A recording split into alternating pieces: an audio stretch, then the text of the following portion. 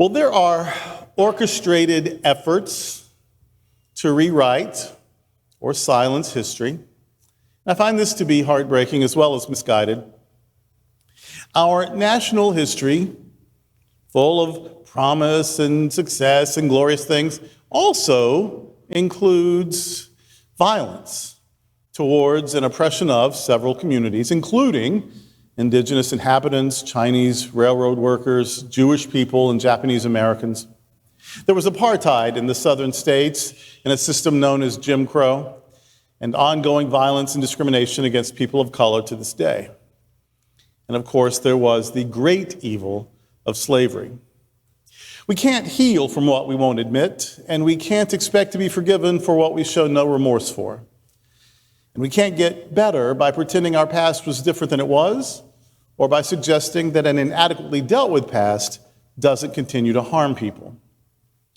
There is a proposal that public school history classes in our state teach that enslaved persons developed skills, which in some instances could be applied for their personal benefit. A more callous and sickening suggestion would be difficult to find.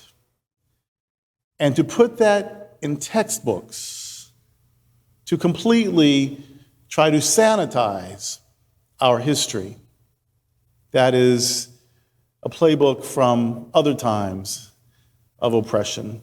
And you'd think we would be past it now. But no, we continue to try to codify it. Slavery involved dislocating people and tearing families apart.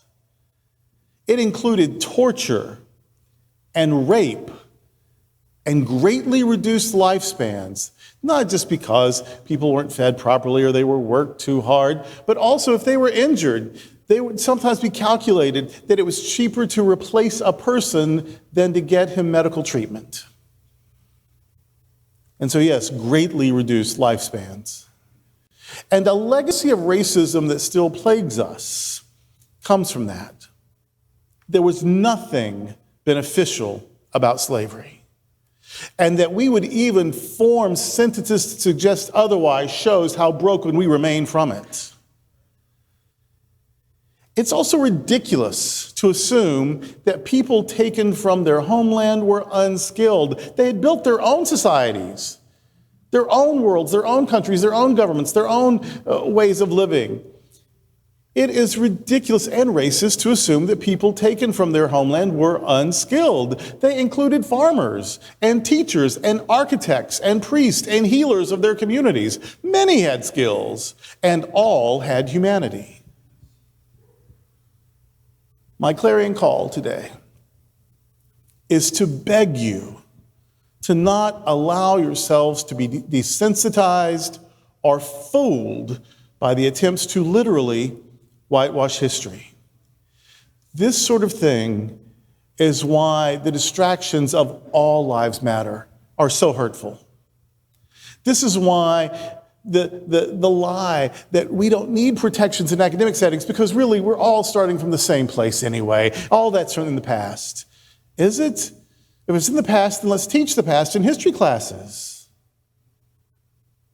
That is why it's so hurtful to have gutted the Voting Rights Act. That when we are trying to clean up our history rather than learn from it and improve the future, we are still broken. My call to you is just to remember that, to not be fooled or desensitized by these efforts to erase or silence history. We sometimes imagine what we would have done during difficult moments in history. Well, what we can do now is speak up when we can and never believe the lies. May God's blessing be upon all who seek to do the difficult but healing work of anti-racism. Amen.